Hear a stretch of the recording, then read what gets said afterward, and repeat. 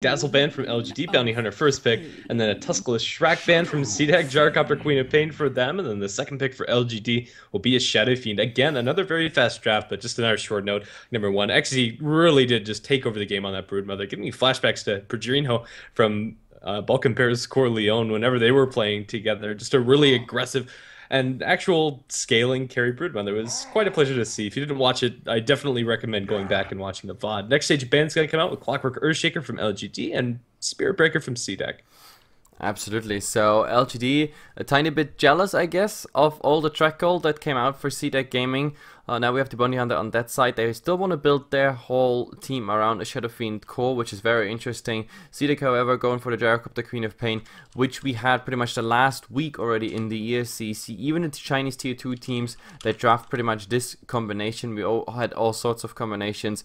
Storm plus Gyro, Queen plus Gyro, Lena plus Gyro. Like, these are like the standard cores. The Shadow Fiend, at least in the tier 2 Chinese scene, not so popular anymore. LGD, however, they really feel comfy with that hero, so they go again for it. I mean, the Shadow Fiend didn't have bad farming and also not bad laning, if you really think about it, but it's just the whole composition, initiation, everything just didn't work out, and by the time his BKB charges were wearing off, like he was down to 5 seconds at the very last fight, you really noticed the difference. Like, if he couldn't stand his crown, then the entire team besides him was also falling apart. And that, and of course also many other things, pretty much led to that loss. So we have another try, but this time maybe with some nice, of course, track gold. For sure. And honestly, game number one, it was not the Shadow Fiend's issue. It was just the rest of the team being so underfarmed because of the map control from CDEC, and especially the Broodmother making it so the Queen of Pain couldn't farm safely at all and the supports couldn't get anything. I think the Shadow Fiend pick is fine to rely on. Again, maybe played pretty well, even though they ended up losing game number one. It's going to be a Lion next for CDEC, a pretty standard support, all-around jack of all trades. Just a great hero. A lot of disable, a lot of nuke damage. Can't ask for much more, although he might end up being food to the Bounty Hunter if he does get behind. As long as they can keep levels and farm up for this line, should work out nicely for CDEC. Absolutely, and I mean, they have to go for something like the Lion, because like the standards already have been banned out. The standards, I mean, for the Chinese scene, absolutely standard at the moment is the Tusk, as well as the Undying. For the offlane, the Clockwork. These are like always banned unless you grab them in the first 2 picks. Leshrac Core, well, that's also kind of self-explained, the whole thing. That they ban out the Lion, the Rubik, is quite interesting. I thought maybe picking the Rubik over the Lion might be interesting, just for the fact that you could also again steal Bounty Hunter spells. They're always nice on a Rubik, like invisibility on a Rubik, we saw it last game, can become in very handy, as well as stealing track. That of course would also be a nice upside, because suddenly you find yourself having track gold, even though LGD drafted a Bounty Hunter. But that's not gonna happen, they ban it, take the Lion. So there's the big bang. But talking about bangs, Bane not really known for big bangs, but Brainsap is also like a nice chunk of damage. I don't know, Enfeeble in the laning phase, maybe we're gonna see level 1 Enfeeble, but not more than that. But the setup of, for example, the Nightmare into a Bounty Hunter opening plus raises on a Shadow Fiend or anything else is of course nice. Not to mention, of course, the ultimate. The ultimate is very strong, doesn't care about BKBs whatsoever. You can really hold someone. The only question is, can you actually get it through? I mean, can you hold this ultimate for a long time? Because Queen of Pain might be there with the Orchid. We have the Lion, there's a Hex, there's a Stun, Gyrocopter potentially. There could be, in theory, a rocket, even though we're not gonna see this till like very late. Most of them don't go for the level 1 rocket. So I'm kind of worried. At the moment, I would still vote change the Lion for Rubik, because that would be kind of amazing. Bane is always getting that ultimate stolen and turn around by a Rubik. Next pickup for CDEC is going to be a Phoenix. This might be a little bit problematic for LGD, as they don't have good supports for killing the Phoenix in the laning stage. Bounty Hunter and Bane just don't have the lockdown to make it so Phoenix can't Icarus dive away. They can still put a lot of pressure with the harass coming out from a Bane, a very annoying here to go against, but now LGD are going to go ahead and pick up the Pugna. Okay, the Pugna. We saw that in ESCC quite a couple times, that, well, quite a few times, I mean, that the Pugna came out and was pretty much like the second core, like the sort of pushing element in the entire draft. So everyone else was really just holding the crown. being there for fights, and the Pugna there just for the wards, for the ward, which is always good, of course, in the fight. Queen of Pain is of course heavy when it comes to spells. The same for the Lion. Phoenix, yes, as well. Gyrocopter probably wouldn't care too much if he popped everything and then just goes ham. Still, the Nether Ward is gonna hurt. Plus, of course, they have some push element in their draft, which CDEC doesn't have at this point.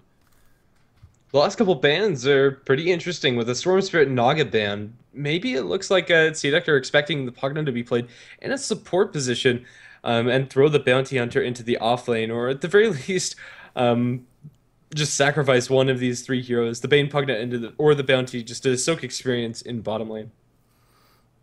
Yeah, pretty much. The last bans come out. Okay, they ban out a Naga Siren. We actually saw some Chinese teams playing a Naga Siren in a 4th position and then slowly transitioning into some sort of core. But talking about core roles and everything, we get a Brood Mummy again. They drafted into a Bounty Hunter. That might, of course, become a problem. Then again, this is really scary. Like, honestly, LGD don't have the appropriate wave clear in their safe lane to deal with Broodmother's spiders. Bounty Hunter and Bane as supports, or any combination of the three heroes, including the Pugna, are really going to have difficulty dealing with this Brood. It's a hero that wasn't banned out because they expected the Phoenix to be going into that off lane, but this angle from CDEC is very threatening. The Dragon Knight for LGD is going to give them a little bit more pushing engine, and maybe they can just mow down towers if Shadow Fiend gets a very quick mechanism, or Pugna does. But they rely so heavily on the early tier 1 towers falling. If they fall behind this game, LGD are going to be in for a world of hurt. Another situation where the Broodmother could just take over the map. Absolutely. I mean, we have Razes, we have the Nether Blast, and we have the Pre-Fire. Like, those spells worth to mention that actually could go and make Brood Mummy's day, not a Mother's Day. But, well, that's pretty much it. That really sums it up. And we saw last game how valuable the Broodmother was to the entire game unfolding. It bought the time for the rest of the team. And then later on, she really went for that heavy core build, not some Dagon laser stuff. Everything was fine. So let's see. The Gyrocopter, of course, in a similar farm like Shadow Fiend, is just as a formidable carry. And if the Broodmother comes on top of that with also a similar build we saw last game, then that's very, very interesting. So guys, we're going into it. For those who just joined, it's 1-0 Atomov for CDEC. CDEC being definitely the underdog in this one. LGD, a tier 1 Chinese team, directly invited to the TI. They had actually a decent performance, like when you look at their last games, but against CDEC, they were struggling. So let's really fast introduce them. We have Garda playing the Lion, we have Shiki on the Queen of Pain, Aggressive on the Gyrocopter, and the Phoenix is gonna be played by Q. And I think I forgot someone. Yeah, Xe is on the Broodmother. Yet again, and for LGD, we're gonna have Zhao 8 going down for some deep wards as the Bounty Hunter is gonna place out a Dire Observer ward to block out that small camp. But the rest of the heroes, very quickly, Yao is going to be playing on the Pugna. The Dragon Knight going to be handled by maybe Sylar on the Shadow Fiend this time around, and Bane handled by MMY. They're going to spot out the Brood as she goes up to the high ground, placing her web to try and snag this bounty, although it is pretty risky. There are sentries on the Bane, and Broodmother wanted to go for that. She'd probably have to commit a scent herself, but it is worth noting that she is holding onto those sentry wards and has a Quelling Blade too, so can instantly D-ward away from the Bane. She'll win that sentry battle 9 times out of 10. Yep, absolutely. This gonna look like yeah, it's a 50-50 split in the bounty runes. Like the bounty hunter is not gonna try because there is a sentry ward actually on, I think, yes, on the Lion. So in theory they had the means to kill him. That would have been a Shadow Strike, that would have been a Earth Spike into Rocket Barrage, so that really did not happen. Bounty Hunter just goes for the harass, which is quite decent, forcing the Queen of Pain into using already one of the Shadow Tangles, which has like a 60-second cooldown, so that's all good. The Lion, we have to see, he's probably gonna get some harass, and now we have to see how the laning unfolds. Top, there is, yes, there's already one sentry ward, as well as a observer ward. That's cool. What's the name of this observer ward? Can't pour tower? Okay, interesting. I guess so. I don't really have anything else to say. The one XZ doesn't know where those wards are, but does have sentries himself, so he could very well go for it. Even with some rest onto the Queen of Pain, the Queen of Pain is still going to have a great time against the Dragonite. Although the DK at the moment is still farming at the same rate, that's not going to be the case for much longer. Bane going to use the Tango to eat that sentry away from the Broodmother, so that ward is going to maintain its position. But Broodmother actually going for a point in cap bite. He's going to trade hits with MMY, fairly effective with the extra mischance. Yeah, well, it's not gonna be enough. If that Bane is level 2, he's just gonna brain sap the hell out of you, which means he's gonna get HP back. And well, as long as that sentry is still there and everything, it's good for the Shadow Fiend. And the problem is also, like, once they are bouncing back on this lane in the balance, then he's gonna go pop his second sentry, and then the Broodmother has nothing left. They have to spend another 200 gold. But talking about gold, Queen of Pain, well, she has the blink. She's gonna get the harass damage. There's also no stun on the Dragonite. It's way too early into the game. He's just level 3. Talking about it, there is the sentry ward by the Bane, not used yet. Still the Broodmother's sentry up.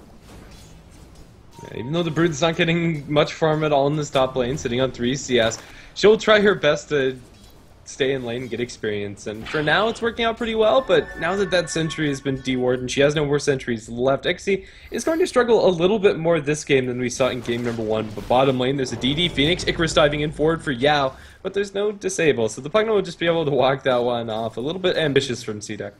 Yep, this, I don't know, this support Phoenix that does not grab any experience whatsoever, I'm not a big fan of it, because like the early Nova is so powerful. I mean, that thing is popping up and everybody is running. You barely have any opportunity to actually kill it, even though the hits required for level 1 Nova are not that high still. It's, yeah, that's why I don't like it. But we have to see how much experience he's actually gonna get, I don't know, later into the game. We're just 3 minutes in. Maybe he's gonna get part of the lane at a later stage. Yeah, definitely. So I think one of my favorite parts about Phoenix is when you get points into Fire Spirits, you can very easily triple pull through and very reliably get some XP that way. Especially a Pugna isn't really an offlaner that can contest that, but to have that available, you need level 2, and that's going to take quite some time. Mid lane, another go on to Shiki, but with the blink, there's really nothing they can do other than harass the Queen of Pain. But now their bottle's back in after being crowed to base. She's going to be back at a reasonable amount of HP, and the laning stage in general is looking pretty good for CDEC. A slight advantage for them, but nothing too huge. Nope, this one at the moment is looking like a really slow game. But I would even say that favors a bit the LGD. If they have like their lanes and they can just straightforward farm, LGD really feels comfy, and that's where it's heading at the moment. The Broodmother cannot unfold just like she did last game at the moment. As long as there's sentry sovereignty by the Bane, everything should be absolutely fine. We have the, well, the runes coming out. Queen of Pain is gonna get the haste, while the Dragonite is gonna get the bounty. We have the Phoenix grabbing some experience now in the mid, so the Fire Spirits are coming out. Still nothing that is actually like too dangerous. The Bounty Hunter, well, he's not doing much at this point, not even harassing. Yeah, the one here that we haven't talked much about is the Pugna down the bottom lane. It's not something you see Pugnas do very often, which is just getting offlane themselves and soak experience, but with his extra movement speed, he's been able to keep the line at arm's length. The line didn't go for boots first, and although he does have them now, the Pugna's managed to find himself level 4, which is honestly quite good in this situation, on par or just under where the Broodmother is sitting. Broodmother has since picked up level 5. Yeah, pretty much so. 5 minutes in, a Bounty Hunter just saying hello here bottom, but there's nothing he can actually do. We have an Icarus dive. The Lion should survive pretty much any onslaught, and you can't really go against the Gyrocopter, especially since the Gyrocopter is soon also level 6, and then of course it becomes a problem. Well, we have, well, more runes coming out. No, never mind that. We're at the 5 minute mark. I was already on 6 minute in my head. We have, what did he just ping out as in observers? I think there's something coming, maybe even for the Broodmother to get her some presence on the lane. A second support just rotating top might actually be an option for them at the moment, but it doesn't really look like they want to go for it. Yeah, this is a very passive game. There have been a couple of pokes and prods from either side, but no real wholehearted kill attempts. A lot of this comes down to the support choices from either side. The Phoenix and the Bounty Hunter. Even though Bounty Hunter can, in theory, go for some rotations and kills, he can't do so alone against the Queen of Pain. They need some hard disable, and Bane doesn't offer that. Although he is level 4 and has some nice setup with the Nightmare, there's nobody really to benefit from that incredibly. As long as the Queen of Pain doesn't waste her blink or blink aggressively, she should survive. Well, that was a nice little drive-by sneak attempt off the Phoenix, but in the end, well, we have the Dragon Knight actually getting a regeneration rune while the Queen of Pain this time gets the bounty. It's not gonna change much here. We have, however, the Puck now rotating into the mid. Is this like a... Yes, this is an early push coming in. This is the ultimate plus the Nether Strike coming out. That's very interesting. So they really want to go for that early aggression. Of course, it opens up even more free farm for the Gyrocopter, but he wasn't really, I don't know, liking that. Poor Xiaowei getting cut out behind the tier 1 tower there by a sentry ward.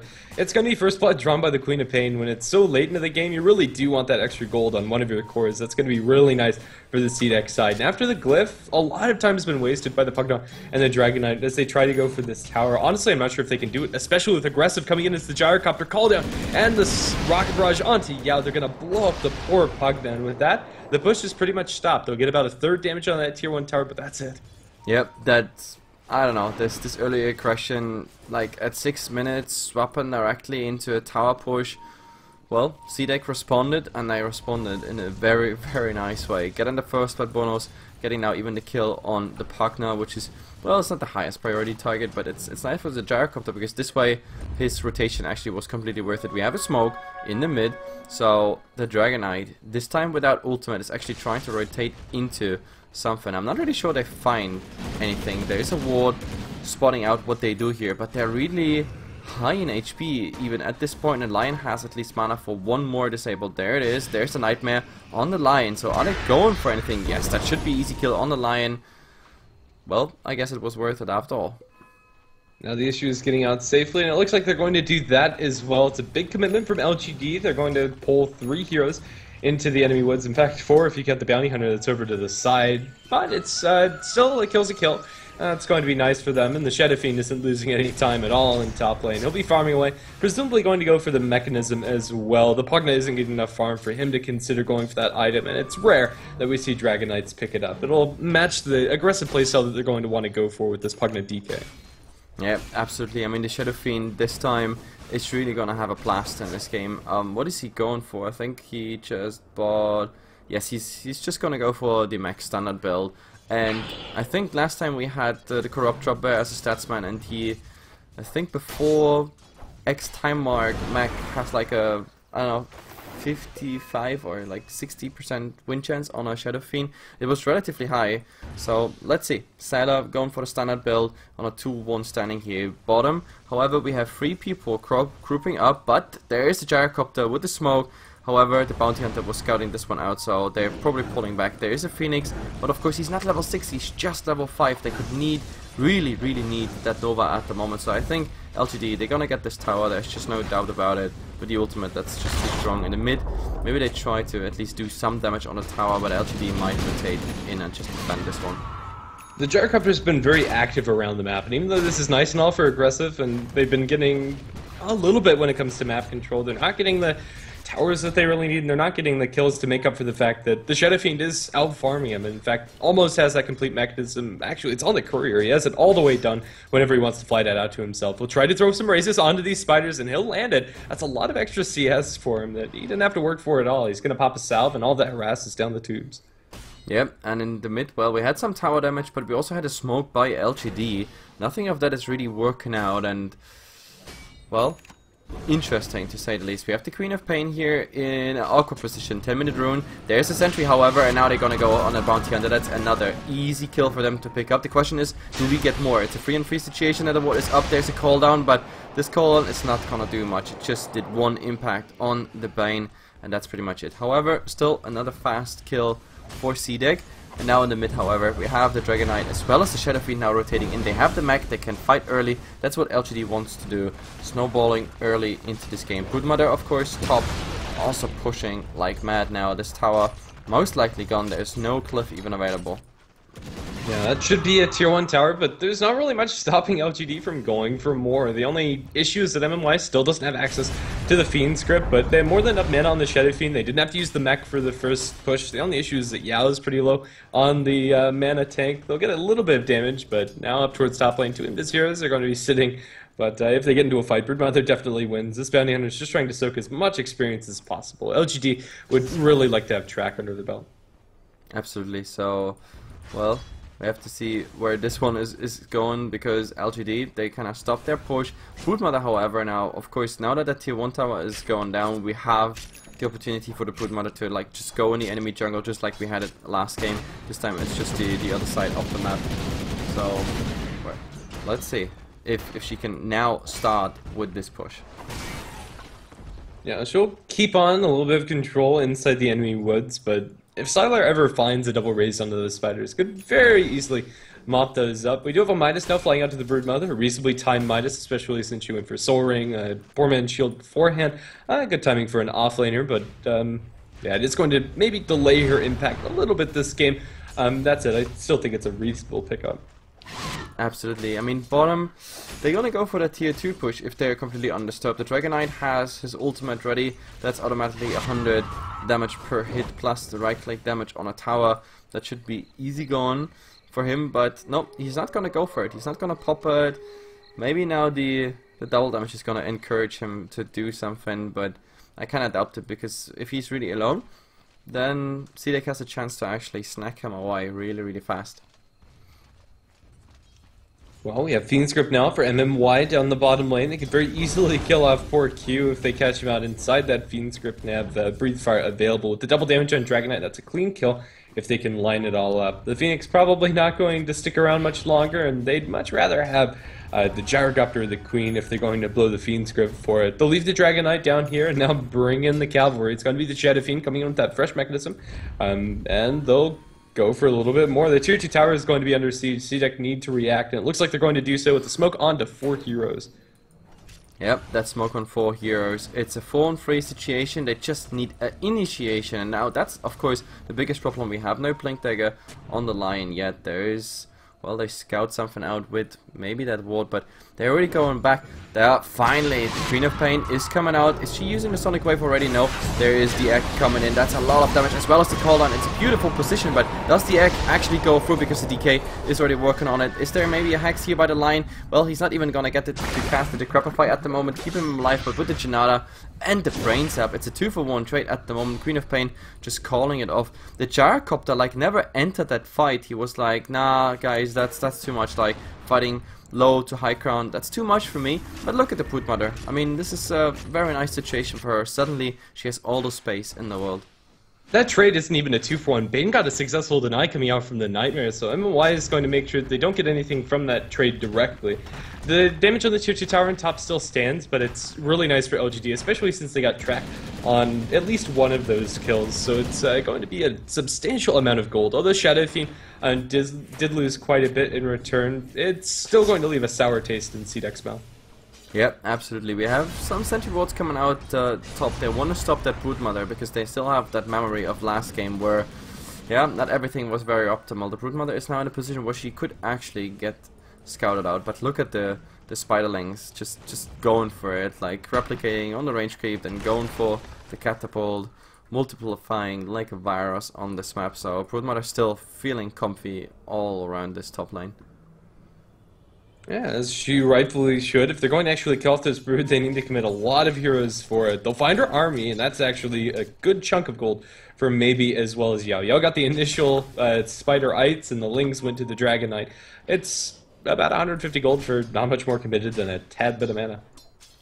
Yep, and looking at the items at the moment, like, is there something crucial coming? Like, we don't have a mech on CDEC side. Of course, it's a disadvantage in pretty much every single fight. There's no cliff available, and yes, in the mid they're just gonna go for it. Is there a track coming out? No, the bounty hunter just a tiny tad too late, so they're not gonna get it. But at the same time, they're also gonna get a tier 1 tower top, so the partner just got the last hit, and well, they're rotating back just to defend bottom, because it looked like someone is at least pushing the lane towards it. It's only a line, so there's no danger to siege damage whatsoever. No, definitely not. This game still could go either way. The net worth graph is pretty even on either side. In fact, the net worth graph is almost zeroed out. In experience, although it's a slight advantage for CDEC since LGD have been 5-manning and pushing so much, it's really not that substantial either way. This game already is close to what we saw in game number 1.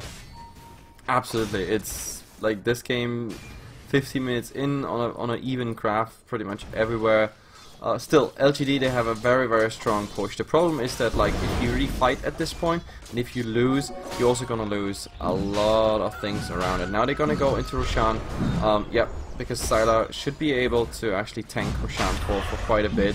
They have the minus armor from the medallion that's needed, but it seems like they don't really want to go for it. Nope, he just took that double damage. With the double damage, it should be easy Roshan. The question is, how much do they have to give up for this Roshan? Mid is definitely...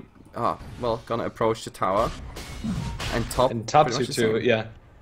That's the bigger issue. It's already down to less than 500 HP. This one's going to go down in trade.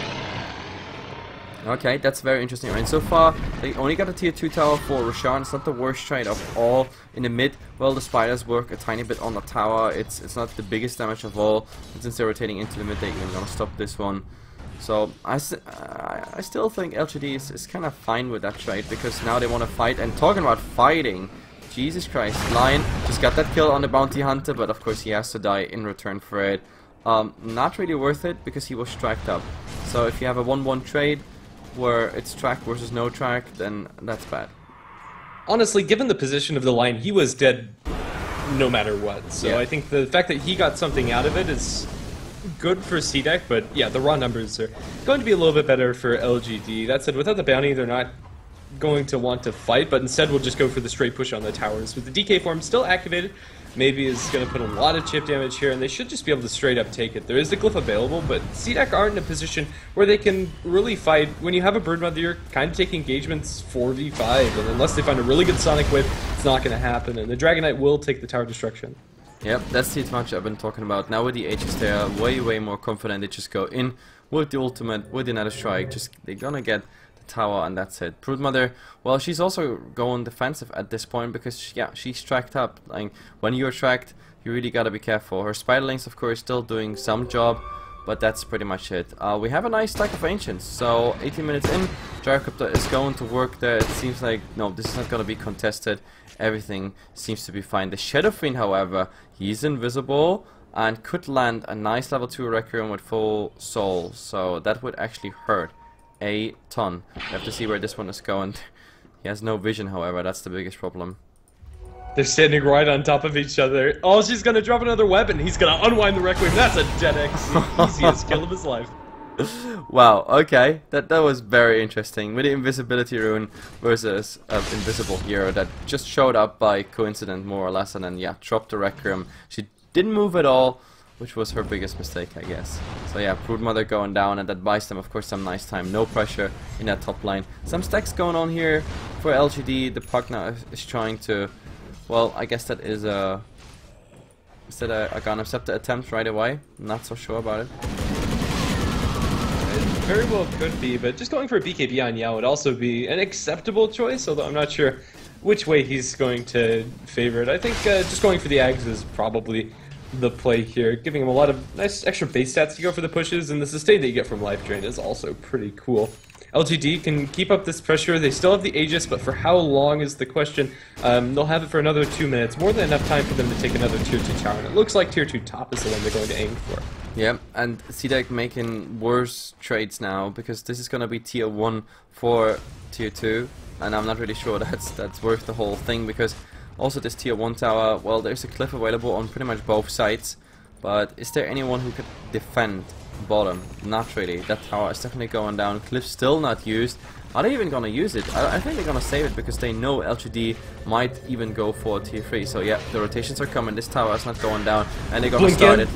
Oh, with the Dragon Tail, they'll kill off the Queen of Pain in a heartbeat. They have a track on the Broodmother and the sidelines too, but LGD can keep on this pressure and keep on this push. With the Pugmore down, with the Dragon form up for maybe, the tower is going to sustain constant chip damage, and Mechanist will sustain them through this. Although there is Flat Cannon, that's kind of annoying. The Pugmore still lives. There's no way for them to heal it. It is going to go down one way or another. It goes to the Brood. Yep, the Spiderlings doing work there, at least on the wall, and there's at the moment no vision, so they have no idea if Broodlings are behind them, but still, they can't really stop them, and the problem is the damage by the Dragon Knight. You have the Corrosive Breath, you have the Shadow Fiend. They're really working on tier 3 tower, and they need that everything, but oh my god, what a beautiful stun in the Icarus dive. There's the call down, but CDEC, again, just not finding the opening here. They're really low. They still have the Aegis, however, on the Shadow Fiend, and that Nether Wall just to retreat. I think LGD call it a day here for the sieging part of this tower, but still, they got 2 kills. They got a tier 2 tower, way better trade, and they almost got a tier 3 completely. So LGD as a very standardized and team with routine. It's very nice what they do, step by step, and not overcommitting. Yeah, for sure. It does cost some 10-second BKB charges on both the Shadow Fiend and the Dragon Knight, but 100% worth it. That was a really nice Dragon Tail, as you already mentioned, on the Icarus dive from the Phoenix, but that vision was set up almost entirely by the tracks coming up with the Bounty Hunter. They knew Phoenix was going in before he even landed in his spot that he wanted to go for. There is a Blink Dagger on the line, so there's a silver lining to this cloud for CDEC, and that's going to help so much. They absolutely need to find initiations on their own terms. It's really been the most difficult part of this game for them. The Queen of Pain can't set up, the Gyrocopter can't either. Oh, they're going to find initiation here. Yep. They're gonna blow him up. The Crepify as well there on top on that Requiem. That really is just gonna hurt. He was really far out, I have to say. I mean, really far out, with no vision whatsoever. And now LGD also like claimed that in the mid. That was just making sure there's nothing else coming. Sentry Ward being down, and well, they're gonna rotate from mid into top. At least the Pugna's gonna go there, I'm pretty sure, because he can get another blast easily. So at least some D-warning is coming out. But look at this, Dragon Knight coming in the mid. Of course, those creeps disengage the backdoor protection. They're already working on that tier 3 tower as well, and they're just gonna go for the Meteor X, and I think they're gonna make it, because they need the Gyrocopter to defend. There's no cliff whatsoever available, so CDEC is gonna give their first racks away, even though they're super slow at the moment with the Fire Spirit. Yeah, it's laughable how slow the DK is going, but now popping the BKB, not going to take any chances. They'll grab the barracks, and they should be able to get out. Honestly, Gyro had no business being that far out in the mid lane with the vision that CDEC currently have. They have a high ground ward inside the woods, which protects the Broodmother's split push a little bit, but Gyrocopter was absolutely blind and aggressive as soon as he gets disabled in any form or fashion. This time it was Nightmare into Requiem. He just falls flat on his face. We have no BKB for the Gyrocopter. He's holding on to a helm as well as an Ogre Club, but he's desperately trying to scramble for these items that will help him live, and honestly, just a BKB isn't going to do it. He'll just get Fiend Script and then smashed down by the Shadow Fiend and Dragon Knight's right-click damage. So what's the difference between the first game and the second game here? Like, of course, LGD, they found on their main core pretty much farm. On both cores they found farm, which was not the case last time. Like, their Queen of Pain completely failed just because the Broodmother had such a nice presence in the lane. We have 2 smokes at this point going on, and just to also think about what did the Broodmother do while they were pretty much breaking the base. That is like just some chip damage on the tier 3 tower. That's all she was able to do in the meantime. We have the Gyrocopter again in a very, very awkward position. They find him, there's the track. Now the entire team is clashing, but oh my god, this might be a good fight, because they are here 4 men on the high ground. Broodmother is close enough to actually might be able to join the fight. The Gyrocopter going north and still having like long duration of his track going on. What the hell is wrong base? I don't know. They're going to find the heroes on the back lines. The Sonic Wave over 3 is going to be pretty good, but is it good enough? They'll lose the line as the Requiem's around by Sylar is going to kill off one. The Queen of Pain also going to hit the deck with a raise. They'll lose their Broodmother, and the Gyrocopter's now standing alone. There's a Phoenix over on the sideline. Sylar is going to fall. A triple kill for Sylar and a double for Aggressive. Now that the Phoenix is alone, he's also going to die. A 2-for-5 trade as CDEC. That was such an aggressive move. They knew that everybody from LGD was on their tail. That was such a deep chase, and they thought that they had it, but the way that initiation went down was anything but clean. Yeah, that's like more than a 2k swing just right there. Plus, like, the track roll really made that swing easy. That Nova was kind of out of position, I felt. Like, he had to use it that early, and it was really far away. Like, the Shadow Fiend, for example, the Bane, they weren't even hit, just DK took some damage, but that was also like not too significant. He pretty much tanked that all away. So this engagement was kind of awkward. Like the the little bait run of the gyrocopter ended in kind of a disaster. Also the Broodmother not having too much impact in this fight. I mean, compare this Broodmother to what we had earlier. Like at this point he was like having Sangayasha, like SMY pretty much ready at 25 minutes. Now he went for BUTs right away, which is also a very interesting thing, to be honest, because it's quite a lot of you know, gold spent on that item that doesn't really add anything to the fight. And LGD already broke the base, still working on the base with any next potential push, potentially also after Roshan, which is gonna respawn in less than a minute.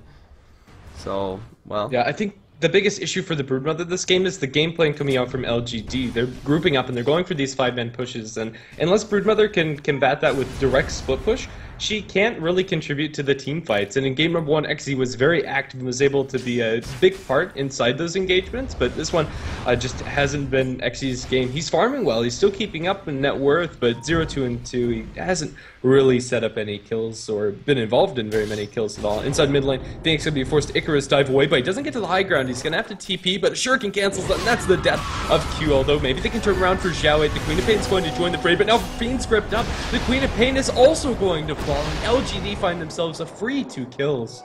that was very interesting, and that just happened, aka LGD will push. Like, there's just no other way that is going to end. A level 2 ultimate for the Dragon Eye is ready. He's almost level 16. He could have just had the level 3 pretty much, but who cares? Right now, there is one cliff ready, which they could use for the Meteorax, just to, yeah, stall some time, but no, it's not gonna help. Like, they're gonna use the cliff here on the tier 3 tower, and they're gonna work immediately on the tier, not on the tier racks, on the Meteorax.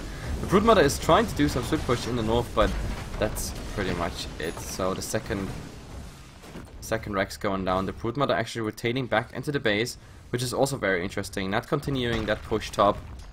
And LGD, they're just gonna fall back. Roshan is also respawned, so they can go for their second Roshan just after they had a nice success in mid. For CDEC, of course, fighting against 2 empowered lanes, not so sure.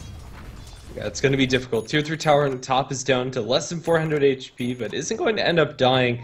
LGD, this game is so very close to over in their favor. CDEC really just need more farm on their gyrocopter if they want to contest this. He, in theory, can push out against these super-sized melee creeps, but not with his current inventory. Gyrocopter has BKB and Helm, and although these are fine items to have, the amount of advantage LGD have generated by pushing down so many towers and taking down these barracks is propelling things in their favor in a huge way, and Cheeky blinks down for the haste rune. He'll find it. But this fight could go very sour for CDEC unless they can split apart LGD and focus down some of the supports. But in a full 5-on-5 clash, I don't even think it's worth a shot. No, at this point I don't see how they can actually win this. Like, they're waiting pretty much on each other's high ground around the secret shop for the dire side, around like just the center of the jungle on the other. Like, they were hoping that, I guess they just come in here as a gank and I can just, you know, immediately just go for it, but it's not gonna happen. Instead they come from the other side. The bounty hunter still in a position where he can scout, but oh, beautiful X here coming out. They might actually be able to just get rid of him really fast, but there is Glimmer Cape, everything's coming out, and the DK just opening here on the Phoenix, and he doesn't even get his egg off. Well, the Gyrocopter is trying his best, but hell, he is called down on 2 people with a BKB, and therefore Bane just easy ultimate on him. They try to still fight a bit, but a GG call already has been made by Aggressive.